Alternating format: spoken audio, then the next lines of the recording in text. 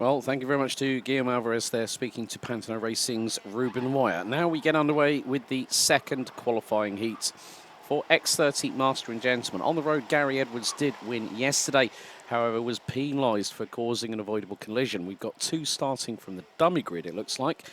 Geoffrey Rouchy and Mathieu Bourdon, who will be released once the start gets underway. Bjorn Verham, it's Eric Chapon and Bjorn Verham who will start on the front row. Chapon on pole. Alexis Castellon and Alexandre Benoit Bussac rounding out the top two rows. Jim Ringelberg was due to be joined by Geoffrey Rouchy, but will have a gap alongside him. Gary Edwards and Thierry Del Rey, row 4. Row 5, François Perrier and Ludovic François, yesterday's X30 Gentleman class winner.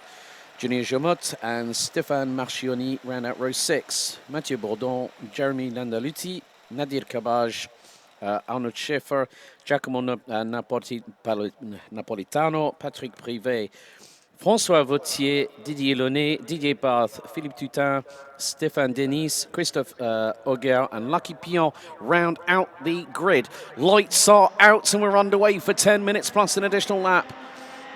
And the two drivers from the mechanical area have been released as everyone filters through into the opening couple of corners here at Le Mans. Now it's the run down to the 90 right here at turn number 4. So things are very, very quickly getting a bit close for comfort between the drivers in the opening exchanges.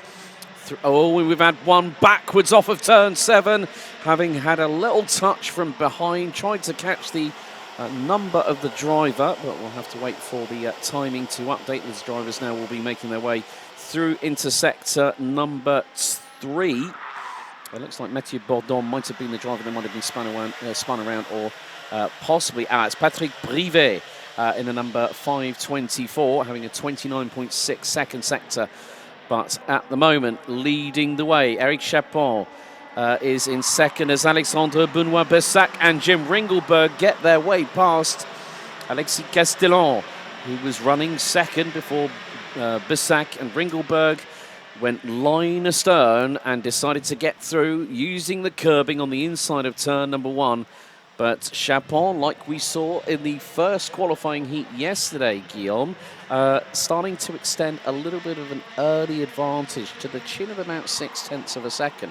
But now Ringelberg's going to fire it up the inside of Bussac at the banking at the top right of the circuit, and Bussac holds on for dear life. But that's allowing Chapon to extend a little bit of an advantage here.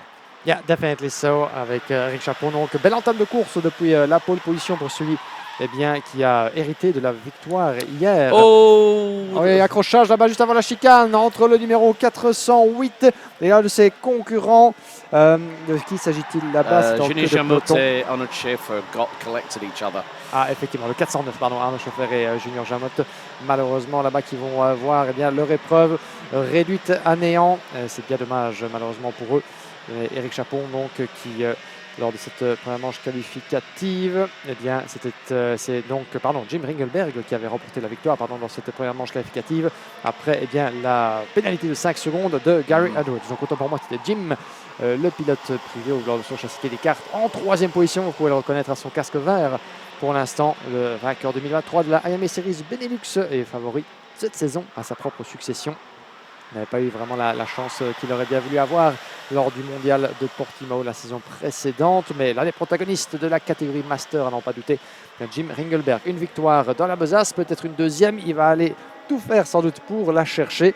Eric Chapon, qui avait terminé 7e de sa première manche, alors qu'il s'est lancé depuis la pole, a encore quelques boulons à resserrer dans cette compétition. Et il est occupé en tout cas à se faire une petite santé pour débuter cette journée. Alexandre Benoit Bussac juste derrière qui lui met la pression. Jim Ringelberg également un petit peu chatouillé là-bas par Alexis Castellon en 4e place. Gary Edwards was trying to make a move on Castellon for 4th place there, but the Irishman had to hold back for a second because he was testing the limit. And of course Castellon and Edwards had a bit of a 2 and 8 yesterday, and Castellon showed his side of the story by his hand gesture that was seen on stream last night as 3 wide going down the back straightaway. And this is getting a bit too close for comfort for some of the drivers. They are going to have to be very, very careful. They've got 2 more heats to go, plus the super heat. So all other classes apart from X30C. Oh, Ringelberg into the back of Besak as Chapon checked up, under braking, going to turn 2. Chapon is being very, very wily here, using a little bit of strategy, maybe braking a little bit earlier, and it's catching it, caught out Besak and Ringelberg. Well, if he's got a bumper in, that's an automatic 5 seconds if the clips are off. Oui, en effet, donc un petit moment relativement stressant là-bas pour Eric Chapon. On verra si ça peut porter à conséquence éventuellement avec quelques-uns de ses poursuivants comme Alexandre Benoît Bessac et Jim Ringelberg. Mais pour l'instant, un peloton qui s'échappe. Vous les avez à l'image, ils sont presque une dizaine là-bas. Votre top 10 qui s'échappe avec derrière justement d'autres bagarres qui se profilent dans le reste du peloton. Mais pour l'instant, avec encore 5 minutes 30 et un tour supplémentaire avant le drapeau à damier, ça s'observe évidemment, ça se jauge. Gary Edwards avec la livrée jaune qui donc a perdu une victoire sur tapis vert hier suite à une pénalité de 5 secondes pour bien, son spoiler avant, son carénage avant déplacé. On verra bien ce que le pilote irlandais donc, qui évolue sous les couleurs du Team GP pourra faire ce coup-ci. Mais le deuxième petit peloton à la poursuite du quatuor de tête avec à la corde. Ça tente de passer. Ringelberg qui perd la 3e place avec Castellon qui en profite pour s'infiltrer à la corde du virage numéro 5, juste à la sortie du secteur des 2 chaînes, comme on les appelle ici. Pourquoi ce nom-là? Eh bien parce que 2 chaînes se trouvent au cœur du circuit, encore relativement feuillu. L'autre qui ne peut pas redire autant malheureusement, mais c'est voilà, c'est deux beaux arbres, en tout cas, ont donné le nom au passage à l'intérieur du circuit. Et regardez la bagarre derrière avec Thierry Delray, en effet. Thierry Delray et Bjorn Veram là-bas qui ont eu une chaude explication avant le virage numéro 14. Ça s'est même touché, je pense. That was a little bit of a hip check, and then one went, oh, right, steer left, keep out of the way. We've also had a black and white warning flag for Giacomo Napolitano in the 407 for Brawn Racing, rounding out the top 10, but yeah, Ringelberg's got to try and see if he can make a couple of moves, but of course, he's no slouch. He's no stranger to this. Thierry Delray needs no introduction. I have to say, Dream Racing's Nadia Kabaj, the Moroccan driver, doing fairly well. He's up 7 places, up to 8th. François Vautier for Castellet Kart Racing, up 10 places from 19th on the grid, now 9th. Leading gentleman driver is kart runners Ludovic Francois, who took the win yesterday, so is on course for 2 out of 2.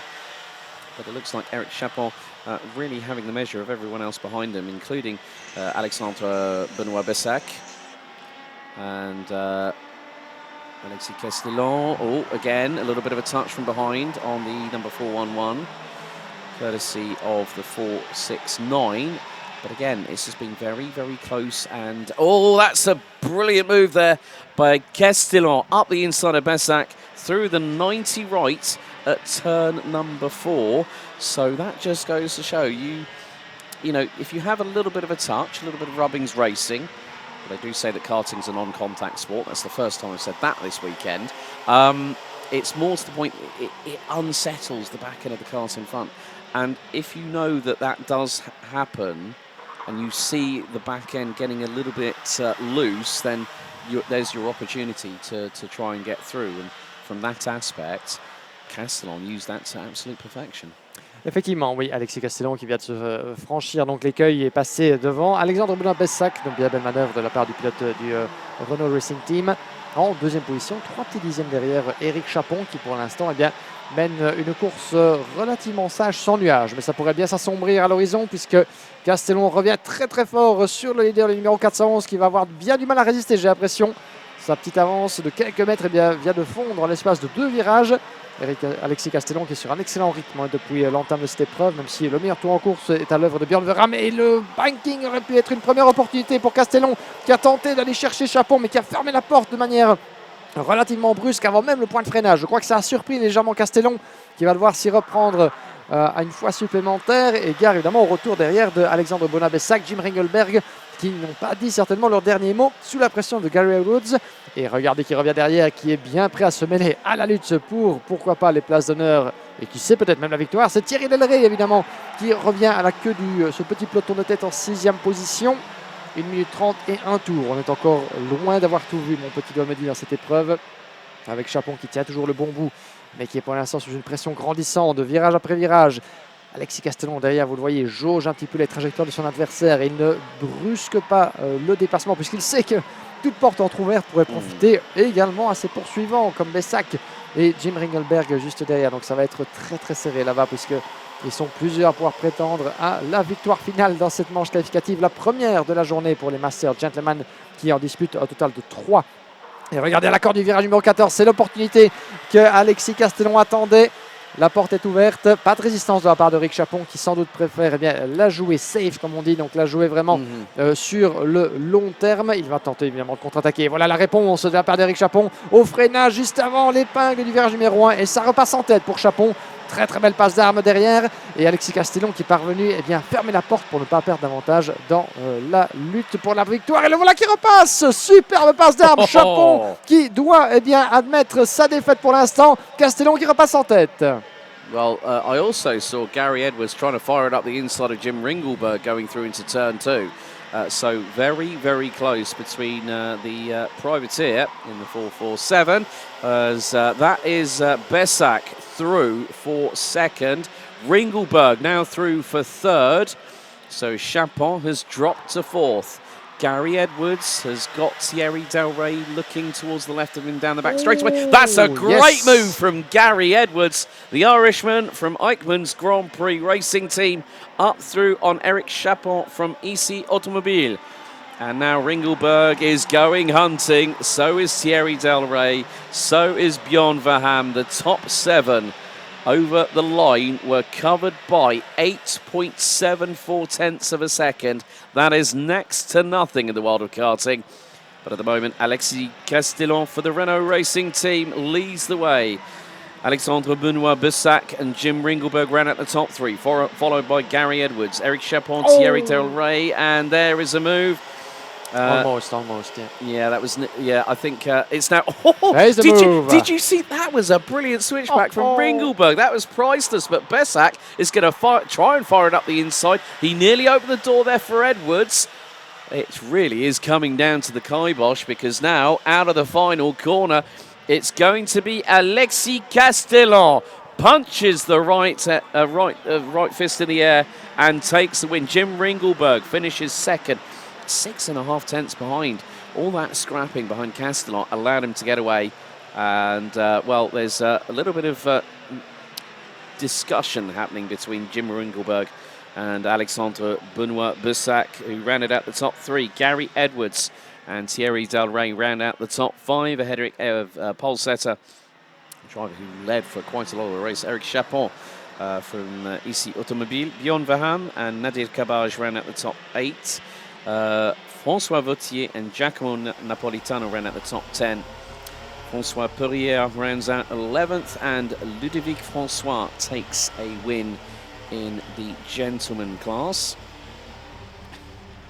And more to the point, that is 2 for 2 for the kart runner driver in the 582. Jeffrey Houchy started from the dummy grid, finished 13th ahead of Stéphane Marchionni, Jeremy Nandaluti, and then Mathieu Bourdon running out the top 16. Didier Launay, Patrick Privé, Didier Barth, Arnaud Schaeffer, Lucky Pignon, and Stéphane Denis were the last of the classified runners. Philippe Dutin retiring with 8 laps to go, and Junior Jamot and Christophe Auger retiring very early in the race. But Castellon taking the second win of the weekend in Masters.